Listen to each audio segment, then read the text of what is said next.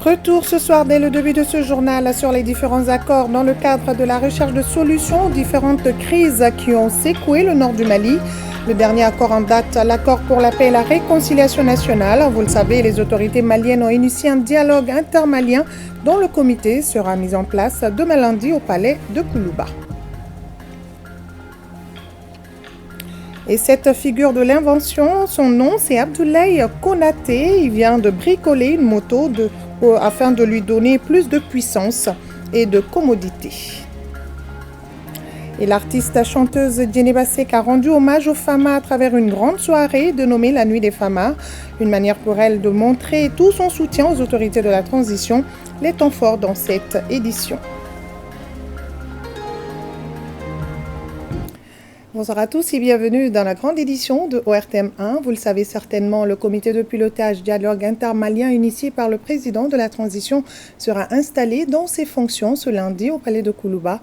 Ainsi, les autorités maliennes ont décidé que le linge sale se lavera en famille désormais dans le cadre de la recherche de solutions aux différentes crises qui ont secoué le nord du Mali, que d'escale à l'extérieur du pays, Tamaracet, Ouagadougou, Alger. Le dernier accord en date, l'accord pour la paix et la réconciliation nationale, a été signé ici à Bamako, mais il a fallu près de 9 mois de négociations dans la capitale algérienne pour obtenir ce résultat. Et ce soir, la rédaction a décidé de faire un retour sur ces différents accords obtenus grâce à des interventions étrangères ou des négociations en dehors du pays. Yaya Konaté. Elle était partie pour être une date mémorable dans l'histoire du Mali, celle où les Maliens, après cette autre rébellion au nord du pays, avaient décidé de fumer ensemble le calumet de la paix. Le 15 mai 2015, à Bamako, le gouvernement du Mali et certains groupes armés qui seront rejoints quelques jours plus tard par les autres apposaient leur signature au bas du document intitulé « Accord pour la paix et la réconciliation nationale » issu du processus d'Alger. Aux côtés des signatures des acteurs maliens, celles de représentants de plusieurs États et organisations au nom d'une médiation internationale. Des signataires qui, initialement, devaient servir de garants pour la tenue des engagements pris à Alger. Près de 10 ans après, constat d'échec, l'accord est inapplicable, le gouvernement annonce sa fin avec effet immédiat. Un accord inapplicable donc, obtenu cependant à l'issue d'un long processus, le processus d'Alger. C'est en effet dans la capitale algérienne que le gouvernement et les groupes armés du Nord s'étaient retrouvés pour tenter de surmonter leurs différends avec l'appui d'une médiation internationale. Le monde entier semblait se retrouver alors au chevet du Mali.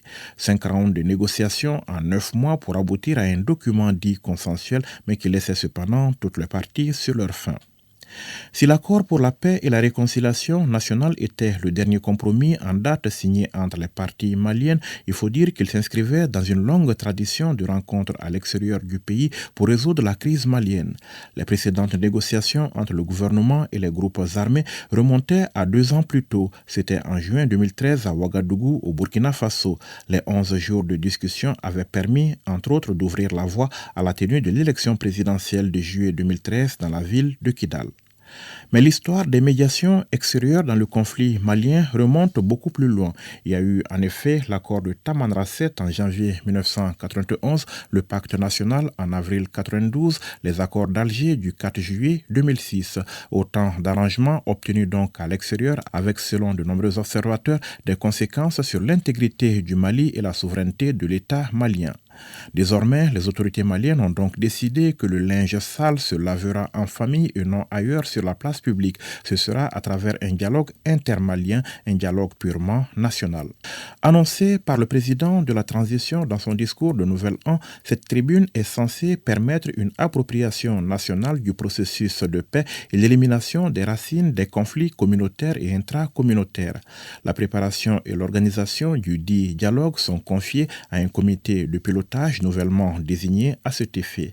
C'est dire donc que pour achever le processus de pacification et de réconciliation, le Mali comptera sur ses propres forces, ses ressources internes, mais aussi les mécanismes endogènes qui nous ont toujours permis de gérer les situations conflictuelles. Pays de dialogue, le Mali l'est et le demeure puisque la pratique fait partie de nos valeurs et de notre héritage culturel. D'ailleurs, nos autorités y ont fait recours à plusieurs reprises récemment à la faveur du dialogue national inclusif ou encore des assises nationales de la refondation. Cette fois-ci, il s'agit de marcher ensemble vers une paix définitive, celle qui permettra de bâtir des actions pérennes de développement fondées sur l'unité nationale et le vivre ensemble comme prôné par le président de la transition, chef de l'État, le colonel Assimi Goïta. Et partons à Tombouctou pour parler des journées de concertation du Conseil supérieur des Imgad et Ali. Il a été question de paix et de soutien à la transition pour le dialogue direct intermalien. Reportage Yaya Tandina, Maouloud Tandina. C'est à travers une mobilisation des grands jours que le Conseil supérieur des Imgads et alliés du Mali a tenu ces journées de consolidation de la paix, de soutien à la transition et d'engagement pour le dialogue direct intermalien à Tombouctou. Il s'agit pour les organisateurs d'appeler les participants à plus de détermination pour réussir ce dialogue prôné par le chef d'État et seul espace de trouver des alternatives durables aux difficultés. Je lance un appel à toutes les communautés noires et blanches de Tombouctou à se donner la main pour cultiver ensemble la paix, le vivre ensemble et de soutenir les plus hautes autorités dans leur combat pour le bien-être des Maliens. Je voudrais vous dire ici solennellement et sans embâche le soutien total du Conseil supérieur des Imgads et alliés aux autorités de la transition, au dialogue intermalien prôné par le président de la transition, chef de l'État, le colonel Assimi Goïta. La rencontre de Tombouctou a été aussi le rendez-vous du groupe d'autodéfense Imgad Touareg et alliés, Gatia, à sensibiliser les groupes armés à déposer les armes et se tourner vers l'avenir. Le Gatia est engagé et déterminé à porter son salut pour un Mali juste et équitable. Nous voulons que les armes se taisent et que les êtres humains retrouvent la parole. C'est pourquoi nous nous inscrivons entièrement et soutenons de toutes nos forces l'appel au dialogue intermalien prôné par le président de la transition, chef de l'État, son Excellence, le colonel Assimi Goïta, pour sortir de cette crise qui nous a été imposée et construire une paix durable se fondant sur nos valeurs sociétales. Votre accompagnement et votre soutien, sans détour au profit des autorités de la transition, à tous les niveaux, nous réconforte au plus haut niveau. Je voudrais, au nom des autorités et au mien propre, vous saluer et vous féliciter pour tous les efforts consentis pour appuyer les actions du gouvernement en tout temps, en toutes circonstances, notamment le renforcement de la sécurité, la consolidation de la paix et de la cohésion sociale intra- et intercommunautaire. Les assises de Tombouctou du Conseil supérieur des Imgad ont permis de mettre en place un tout nouveau bureau régional de 83 membres avec à sa tête Titoa Agshogé.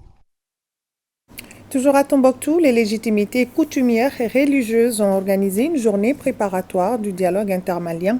C'est pour réaffirmer leur soutien au président de la transition. Ils ont également saisi l'occasion pour remettre un chèque géant d'1 million de francs CFA pour appuyer les femmes dans leurs efforts de stabilisation. Reportage à Nadim Baba Sissé et Abdoulaye Sissé.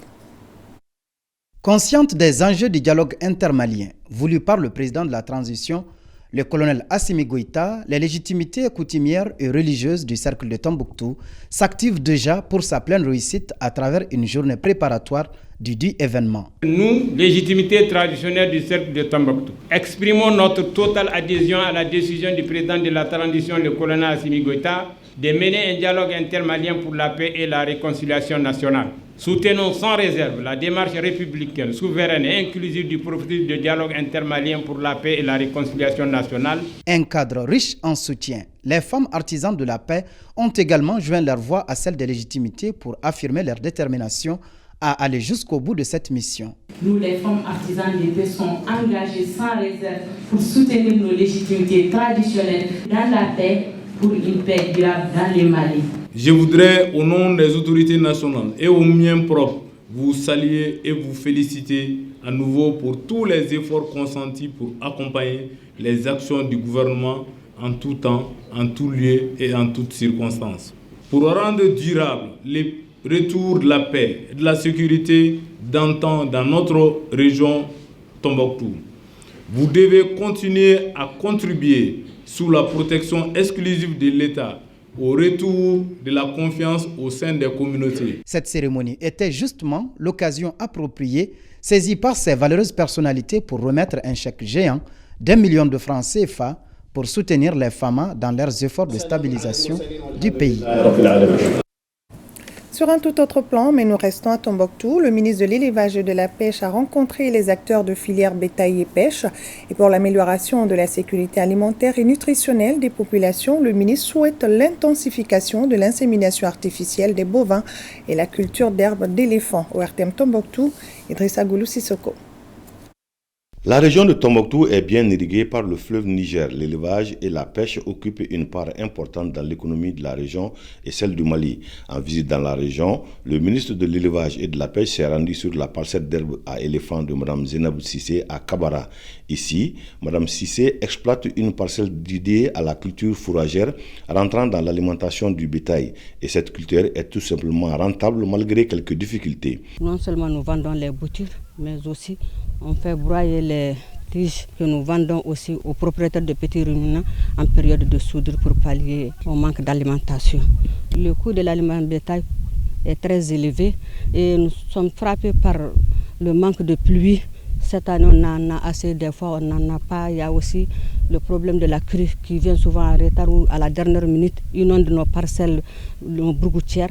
Donc il faut avoir un système aussi d'aider les éleveurs à surmonter leurs difficultés. L'herbe à éléphant est très rentable. Dans le canal de Kouriomé, une coopérative de pêcheurs exploite 5 cages flottantes pour une production annuelle de plus de 100 tonnes. Nous avons eu beaucoup de bénéfices avec notre coopérative. Nous travaillons avec la banque.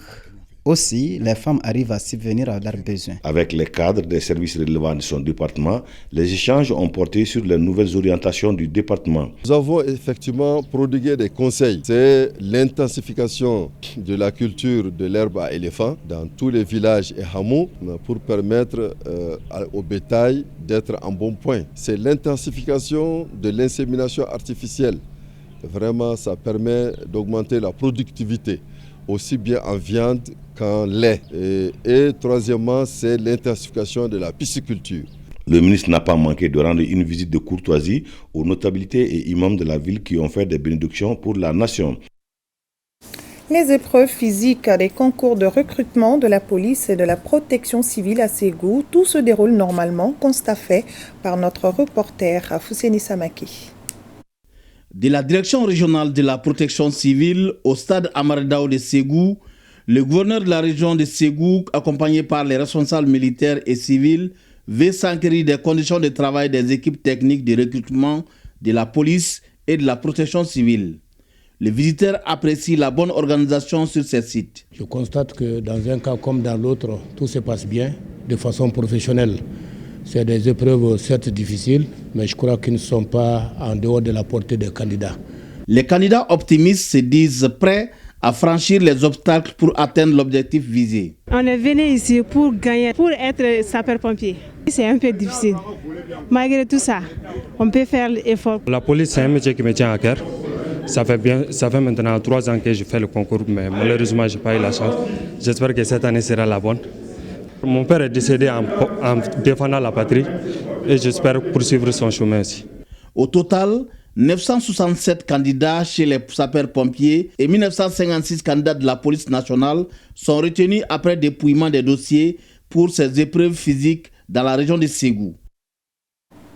La mission civile de l'Union européenne au Mali, Cap Sahel Mali, a célébré sa 9e année de présence au Mali, occasion pour les responsables de cette mission de rappeler leur domaine d'intervention et la bonne collaboration avec notre pays. Reportage Mohamed Sankari. La mission civile européenne et Cap Sahel Mali célèbre ses 9 ans de présence dans notre pays. Une cérémonie marquée par des discours de remerciements et de félicitations pour la bonne collaboration dans les différents domaines d'intervention de la mission. Depuis son déploiement au Mali en 2014, et Cap Sahel Mali travaille sur 2 axes majeurs, à savoir le renforcement des capacités des forces de sécurité intérieure et l'appui aux autorités pour le rétablissement du droit. L'Union européenne est restée résolument engagée auprès des autorités maliennes pour amélioration de la qualité du service public des secteurs de la justice et de la sécurité. Soyez assurés que notre engagement est à la modernisation des services de sécurité et de la justice et à l'amélioration du fonctionnement de la chaîne pénale. Les partenaires stratégiques de ECAP Sahel Mali ont salué les efforts de la mission dans l'accompagnement du gouvernement pour la stabilité au bénéfice de la population. Cette mission a beaucoup œuvré avec nous dans les domaines suivants: renforcement des capacités des forces de sécurité, construction d'infrastructures, rénovation d'infrastructures, équipement des services, appui, conseil, j'en passe. Nous encourageons et nous remercions ECAP à persévérer parce que tout ce que ECAP a entrepris jusque-là avec nous, c'est véritablement des actions gagnantes pour renforcer le système de justice au Mali. Pendant la cérémonie, 7 membres de la mission ont été récompensés pour leur travail bien fait. La visite des stands où sont exposés les produits des différents partenaires de la mission civile ECAP Sahel Mali a permis de se faire une idée du travail abattu par ECAP Sahel Mali dans notre pays. Le ministère des Affaires étrangères et de la coopération internationale et le Fonds des Nations Unies pour l'enfance UNICEF ont tenu leur revue annuelle stratégique. Il a été question de la synthèse des réalisations et de dégager la feuille de route pour la nouvelle année. Compte rendu à Adaman Koulibaly et Adaman Kamara. En février 2022, l'UNICEF et le gouvernement malien signaient leur plan de travail 2022-2023 pour les 19 régions administratives et le district de Bamako. Un an après, une pause s'impose aux parties prenantes afin de s'assurer de la bonne performance du programme. Une revue conjointe de la mise en œuvre du programme de coopération Mali-UNICEF, où il faut, avec l'ensemble des partenaires, l'ensemble des structures nationales impliquées, la société civile, pour voir le chemin parcouru et pour essayer de corriger les quelques goulots d'étranglement qui se sont posés tout au long de la mise en œuvre du programme. Des avancées significatives ont été enregistrées durant les 4 années d'activité sur les 5 ans du programme en cours. Dans le secteur de l'éducation, de s'assurer que chaque enfant a accès à une éducation. Dans la santé, que les services de santé et le bien-être de l'enfant y incluent défis et garanties, que chacun a accès à l'eau et l'assainissement, vraiment le bien-être et la protection des enfants. Une nouvelle approche a été adoptée pour la prise en charge des enfants. Une prise en charge intégrée qui prend en compte les besoins des enfants dans la globalité, mais et surtout par tranche d'âge. Je le disais dans les titres, Magnétique est une moto bricolée par Alduma Konaté pour lui donner plus de puissance et de commodité. Il y a de cela quelques jours, l'inventeur a été reçu par le Premier ministre, chef de gouvernement, et ce soir, la rédaction a décidé d'aller à sa rencontre. Adaman Koulibaly et Tchédje Kamara. Magnétique connaît bien la chirurgie esthétique. Cette moto, ordinaire à première vue, a subi une transformation totale pour devenir un joyau aux yeux de son propriétaire, Alduma Konaté. Nous le retrouvons en plein cœur de Sabalibougou d'Ourakoro, dans la commune de Baguineda. C'est dans cet atelier mécanique que Magnétique a subi toutes ces transformations. Tribo bala, ventre de refroidissement bala, et c'est qu'à premier fenêtre, qu'à double bola, bola qui ka die, il va dormir. Et puis fenêtre négatif téléphone déchargé là, c'est que le téléphone fenêtre chargé. Donc à radio fenêtre bala, à démarrer fenêtre automatique. La batterie normale d'une moto Jakarta est de 12 volts 5 ampères. Magnétique est dotée d'une 12 N7 pour supporter la charge générée par les accessoires incrustés.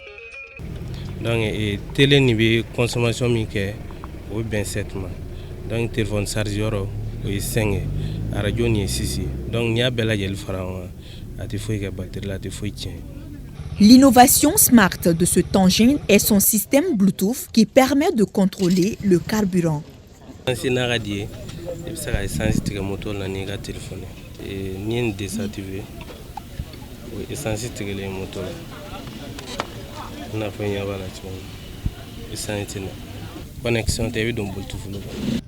Un autre exploit de notre bois de Kouri, situé dans la région de Sikasso, c'est son groupe à gaz.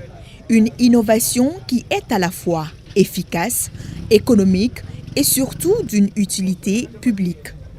Gasi nafa ka bon kosɛbɛ kosɛbɛ burukula ka tɛmɛ essence kan 12 kilo min filɛ nin n'i y'o charger o bɛ baara min kɛ n'i ko b'o kɛ ni essence ye a bɛn 100 litres 70 ani 100 litres 2 ma bon n'i y'a jate bɔ c'est comme 900 ɲɔgɔn na différence le b'o ni ɲɔgɔn cɛ. À 29 ans, la créativité de Aldjouma a porté ses fruits. Il a participé 2 fois au Salon international de l'artisanat du Mali et a remporté le premier prix de l'innovation de l'UNESCO en 2023. Pourtant, rien ne lui présageait un tel avenir. Monsieur Konaté n'a fait que 2 ans sur les bancs avant de suivre les troupeaux.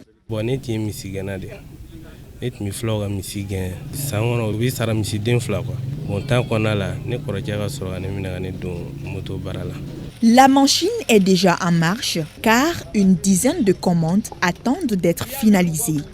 Et c'est dans sa cour, entouré de ses épouses et enfants, que Aldjouma prend une pause avant de regagner son atelier, imaginer de nouvelles innovations.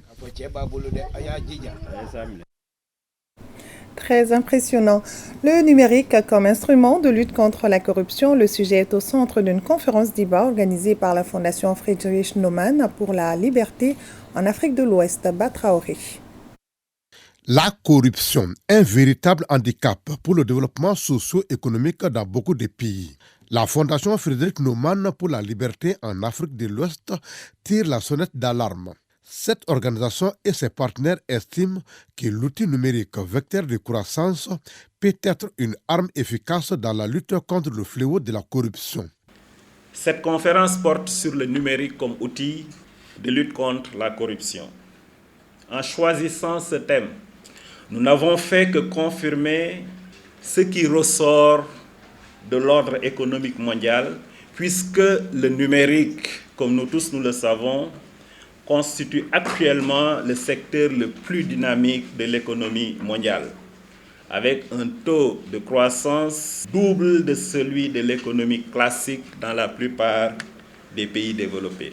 L'importance du numérique dans la lutte contre la corruption est reconnue à la fois par l'Organisation des jeunes patrons et le réseau des associations maliennes de lutte contre la corruption et la délinquance financière. Cette conférence offre de nouveau l'opportunité d'échanger sur les voies et moyens permettant de mettre en place un partenariat public et privé à travers des technologies innovantes afin de lutter contre la corruption dans les services de recettes et de dépenses. Je reste convaincu, de par la qualité des spécialistes et des professionnels qui animeront les 10 panels, que de vos échanges et discussions jaillira la lumière sur le déficit à combler dans nos stratégies de management public et privé. Au cours des débats, les experts entretiendront l'assistance sur des thématiques comme les handicaps juridiques dans la lutte contre la corruption, le rôle et la place du vérificateur général dans le dispositif institutionnel de la lutte et la gouvernance des affaires publiques face aux défis du numérique. Le plateau technique du centre de santé de référence de Nara s'est renforcé avec l'acquisition d'un appareil d'échographie et de 2 ambulances médicalisées, un don du ministère de la Santé et du Développement social. Reportage Idrissa Keita. En recevant cet appareil de dernière génération pour les échographies et ces 2 ambulances médicalisées, c'est la joie et la fierté qu'on pouvait lire sur tous les visages au CCRF de Nara. Les malades qui sont évacués sur la capitale et régionale s'il y a des complications. Donc parfois les voyages sont inconfortables. Donc avec ces véhicules de dernière génération bien équipés, ça permettra vraiment de soulager ces patients et même de desservir l'intérieur. Il peut y avoir des cas d'urgence qu'il faut immédiatement amener à Nara pour les prises en charge. Ces ambulances sont arrivées à point nommé pour vraiment prendre en compte ces préoccupations. C'est une initiative qui cadre parfaitement avec les objectifs du plan d'investissement et de développement quinquennal 2022-2026 de la région de Nara, qui accorde une place de choix au secteur de la santé. Donc c'est le lieu pour nous de remercier les plus hautes autorités et particulièrement le ministère de la Santé qui a quand même répondu favorablement à nos sollicitations. Occasion pour le gouverneur de donner l'assurance que bon usage sera fait de ces équipements au bonheur des populations de Nara. Tombouctou tient sa bourse régionale aux céréales à la faveur du projet Feed the Future Mali Sougou Yiriwa, Najim Baba Sissé et Alous Koulibaly. La bourse régionale aux céréales est une opportunité de marché visant la mise en relation des fournisseurs de céréales, les banques, les institutions de microfinance et les acheteurs pour fructifier leurs affaires et établir des contrats commerciaux. La bourse régionale aux céréales, en dépit de l'aspect commercial, est véritablement une stratégie de lutte contre l'insécurité alimentaire et la malnutrition. En effet, la bourse aux céréales permet un flux d'approvisionnement de stocks de céréales provenant des zones excédentaires vers les zones de production déficitaires.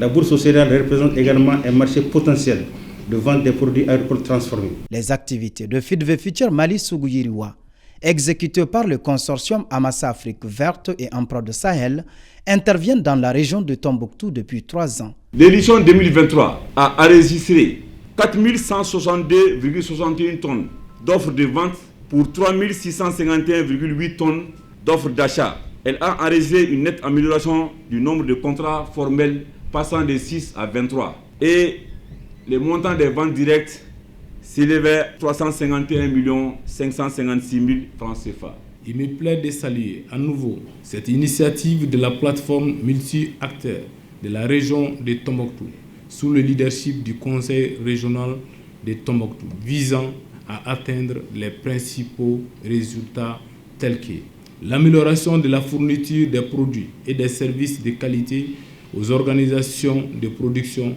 aux petites et moyennes entreprises. Le gouverneur de la région, accompagné de l'ensemble des acteurs, ont fait le tour des stands et encouragé les exposants.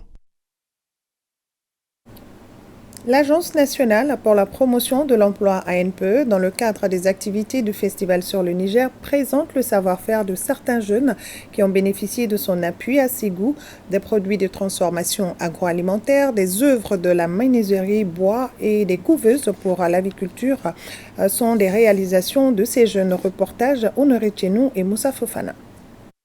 C'est pour faire connaître davantage l'ANPE à travers ses appuis multiformes que se tient cette exposition dans le cadre de la foire du Festival sur le Niger. Occasion pour les bénéficiaires de ces appuis d'exposer leur savoir et leur savoir-faire. Aujourd'hui, je peux tout faire avec le bois dans le cadre de la menuiserie.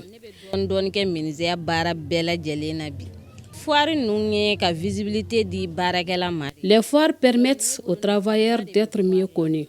Je fais l'aviculture et le maraîchage. C'est les deux activités que je fais. J'ai eu des formations à travers l'ANPE et un fonds d'appui qui m'a permis de démarrer mon entreprise et de le consolider très bien. Dotée de la personnalité morale et de l'autonomie financière, l'Agence nationale pour la promotion de l'emploi intervient pour plusieurs types d'appuis dans la région de Ségou. L'ANPE, c'est un établissement public à caractère administratif. Elle a pour mission la mise en œuvre de la politique nationale de l'emploi. Donc c'est dans ce cadre-là même que nous sommes là aujourd'hui pour présenter les employeurs qui ont bénéficié de l'appui de l'ANPE. Ces dernières années, l'ANPE a accompagné plus de 500 jeunes. Ces appuis ont concerné la formation en technique de recherche d'emploi, l'entrepreneuriat jeune, entre autres. Et le pain tissé malien à l'honneur au musée des masques de Ségou. Pour la valorisation et la promotion des pains tissés, les organisateurs entendent faire une sensibilisation autour de ces pagnes pour que les Maliens ne consomment que du Made in Mali. Nos envoyés spéciaux, Awama Kamara, Toumani Diabaté et Sibiri Konaté. Pour impulser un dynamisme nouveau au développement local dans la région de Ségou, les organisateurs de Ségou Art Festival sur le Niger s'investissent dans la promotion du pain tissé malien en permettant fabricants, designers et autres couturiers de présenter au public leurs œuvres. En fait, ça donne espoir. Déjà, Jika Dressing est une marque de vêtements qui a commencé depuis 2017. Et trouver vraiment qu'un festival Ségou Art qui s'intéresse aujourd'hui à ce travail que nous faisons, que je ne dirais pas un combat, cette envie d'exister, faire exister les matières maliennes comme le pain tissé, le borolan, les indigos, tout le travail. Nous travaillons vraiment dans ce sens pour que les gens voient le travail du Malien. Nous avons parlé de la souveraineté. C'est vrai, nous l'avons retrouvé.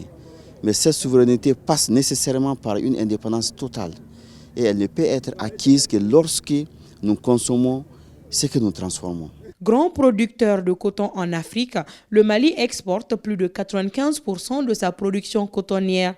Au même moment, des statistiques indiquent qu'entre 65 et 70% des artisans maliens travaillent dans le secteur du textile traditionnel. Dans un tel contexte, toutes les initiatives qui sont de nature à augmenter le taux de la transformation du coton malien et de donner de la valeur ajoutée au travail des artisans méritent une attention particulière de la part des autorités. En valorisant ce qui est produit chez nous, notre savoir-faire, je pense que nous réaffirmons notre identité culturelle. À travers cela, nous allons vers une rédemption culturelle, rédemption qui va nous permettre de raffermir davantage notre identité. Les spectateurs venus nombreux ne se sont pas du tout ennuyés. Déjà, c'est un peu différent de ce qu'il y a chez nous.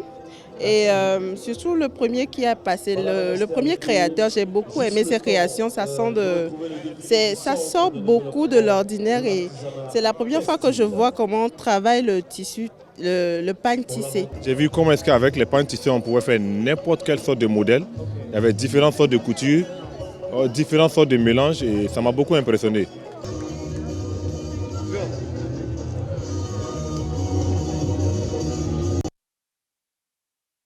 Et vous pourrez suivre après cette édition le dernier numéro du journal spécial Festival sur le Niger avec Awama Kamara.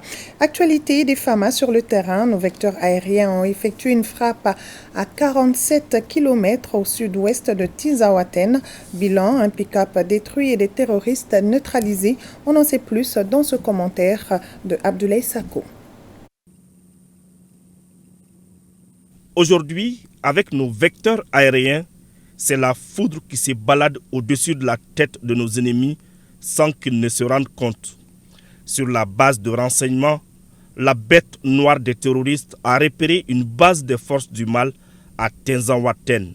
Sur place, un pick-up camouflé et plus de 7 individus suspects à côté d'un feu de campagne à 46 km au sud-ouest de la localité.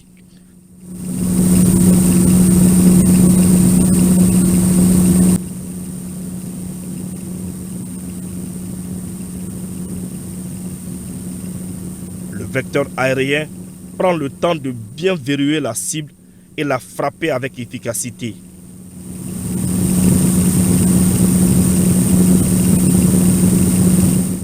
Le chef d'état-major général des armées rassure les populations de l'engagement inébranlable des FAMA à assurer sans recul la sauvegarde de l'intégrité du territoire national et la libre circulation des personnes et de leurs biens.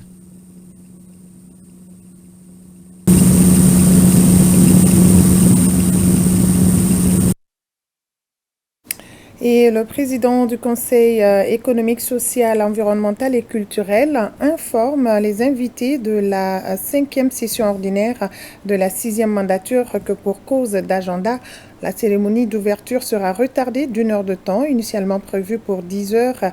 Elle aura lieu à 11 heures, mise en place terminée 10h55 au siège de l'institution Sisa Koulouba. Le président du Conseil économique, social, environnemental et culturel s'est compté sur la bonne compréhension de toutes et de tous. Et dans un communiqué déposé à notre rédaction, la Commission nationale des droits de l'homme, CNDH, se dit préoccupée par la situation des droits humains dans les zones d'orpaillage au Mali.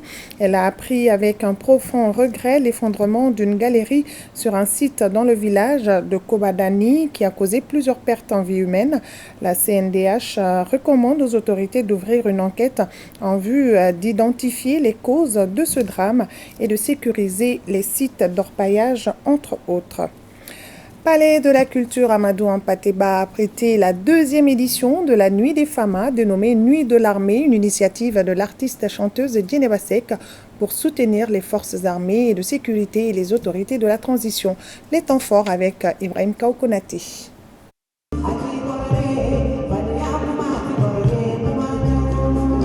La Nuit des Armées est un événement organisé par la diva Djeneba Seck pour célébrer et honorer les forces armées et de sécurité. C'est l'occasion de rendre hommage aux soldats et au personnel militaire pour leur service et leur dévouement envers le pays. Vraiment, là où je suis, Déjà, ce que j'ai vu me rassure beaucoup. Ça m'encourage davantage à poursuivre le soutien de nos forces armées et de sécurité. Et quand on regarde l'évolution de la reconquête de notre territoire national, aujourd'hui, nous sommes en la phase de la consolidation. Donc, dans cette phase de consolidation, il doit y avoir le lien entre notre armée et la nation. Donc, l'initiative de la chanteuse Djeneba Seck va en droite ligne avec cette phase de consolidation. Cet événement est un moment important pour reconnaître le rôle crucial des forces armées dans la protection et la sécurité du Mali. Sa chanson a traversé le temps, n'a pas vieilli, n'a pas pris une seule ride, et à chaque fois que sa chanson ressort, tout le monde s'y retrouve. Et aujourd'hui, organiser la Nuit des Femmes, je pense qu'elle est dans une continuité, dans une constance. À ce stade aujourd'hui, je pense que tous les Maliens ont compris que pour avoir un pays qui prospère, un pays qui est stable, il faut avoir une armée forte.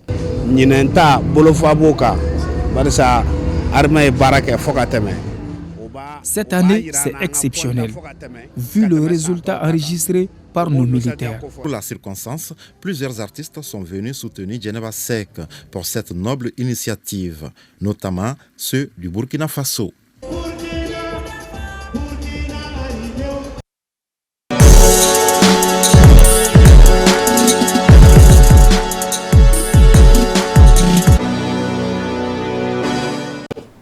Et nous retrouvons ce soir également Kodi Sibi pour la page sport. Bonsoir Kodi. Bonsoir Kalizatou, bonsoir à tous. Alors la pilule a été difficile à avaler hier soir après la défaite des Aigles du Mali. Fin donc de course des Aigles du Mali à la 34e Coupe d'Afrique des Nations. Oui, comme vous le savez, les Aigles se sont inclinés donc 2-1 face aux éléphants des Côte d'Ivoire et sont donc éliminés de la compétition. Vous comprenez qu'il y a beaucoup de déceptions chez les joueurs et leur encadrement technique.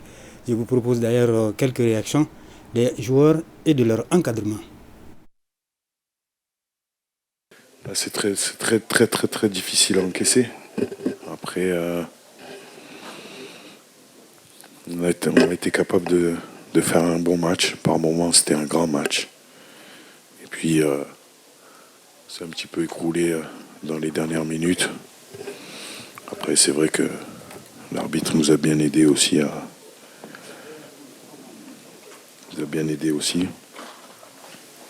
Je l'avais dit en conférence de presse, j'espère que ça n'allait pas se jouer sur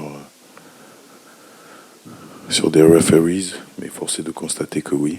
Voilà, après nous, on a décidé de passer sur un système à 5 à la fin pour être plus solide sur le jeu aérien, parce qu'en face, il y a énormément de qualité dans le jeu aérien. Et on a perdu pied sur les 5 dernières minutes. Donc, énormément déçu pour mes joueurs. Voilà, parce que cette génération, elle mérite quand même quelque chose. Parce qu'au niveau de la qualité de jeu, je pense que dans le monde entier, il n'y a pas beaucoup d'équipes qui sont capables de faire ce qu'on fait.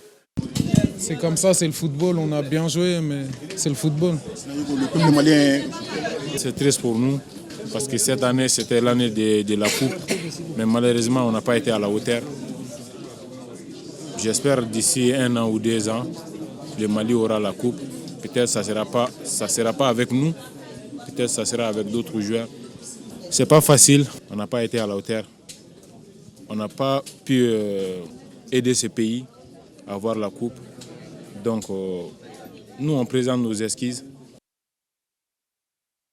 Voilà, vous comprenez, Kardia Toukouni, voilà, le ministre de la Jeunesse et des Sports qui nous a envoyé donc un communiqué. Le ministre de la Jeunesse et des Sports chargé de l'instruction civique et de la construction citoyenne, M. Abdul Kassim Ibrahim Fomba, informe l'opinion nationale que la sélection nationale senior de football s'est inclinée en quart de finale de la 34e édition de la Coupe d'Afrique des Nations 2023 devant son homologue de Côte d'Ivoire par le score de 2-1 dans les prolongations au stade de la paix de Bouaké.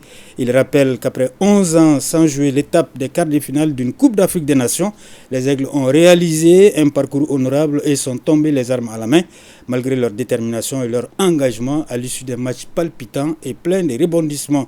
Le ministre félicite au nom des plus plus hautes autorités, les joueurs, les membres de l'encadrement technique, la FEMAFOOT, le public sportif et les membres de la Commission nationale d'organisation pour leur don de soi tout au long de cette campagne.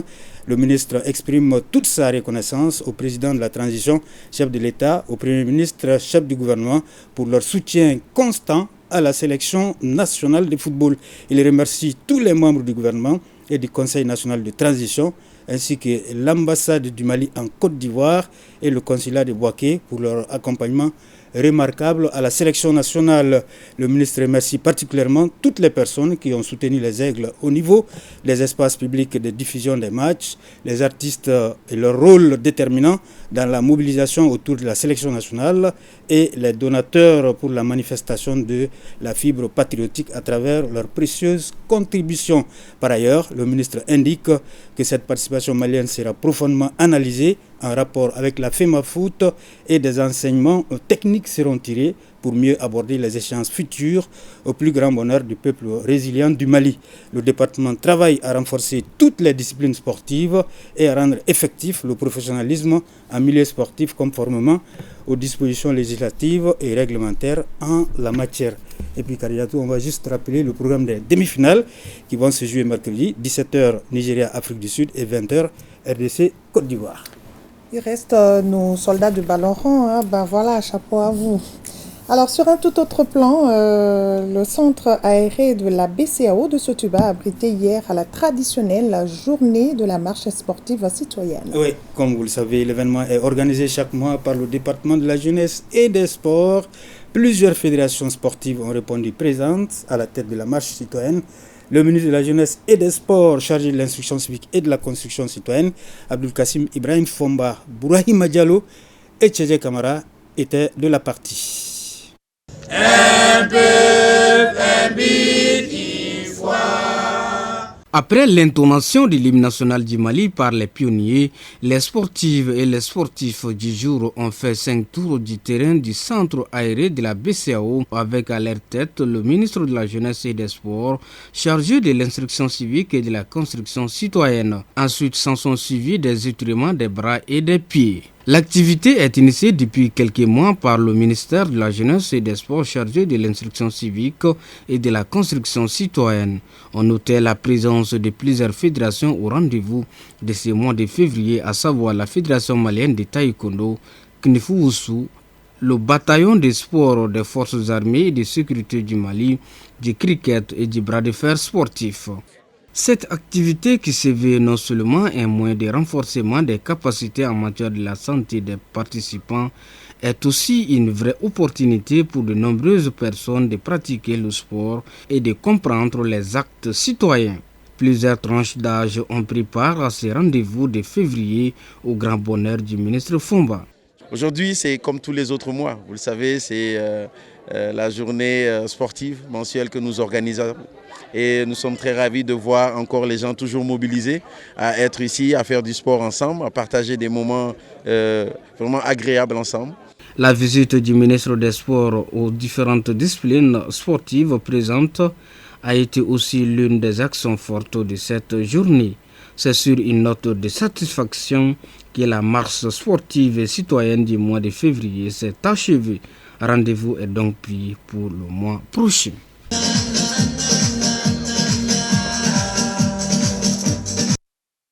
Voilà, merci Kodi Sibi pour cette page sportive. Merci beaucoup Kharijat Kouni, merci à tous. Page nord donc de cette édition, le général de brigade Sekou Ahmed Niambélé nous a quittés à l'âge de 74 ans. Un dernier hommage lui a été rendu par ses amis, collègues et collaborateurs. Bokari Koulibaly pour le commentaire. Drapé aux couleurs nationales, un dernier hommage est ainsi rendu au général Sekou Ahmed Niambélé à la place d'armes du 34e régiment du génie militaire. Parents, collègues, amis et collaborateurs pleurent. Né dans les années 50 à Sirimana dans le cercle de Bougouni, général Sekou Ahmed Niambélé intègre l'armée comme engagé volontaire en 1972.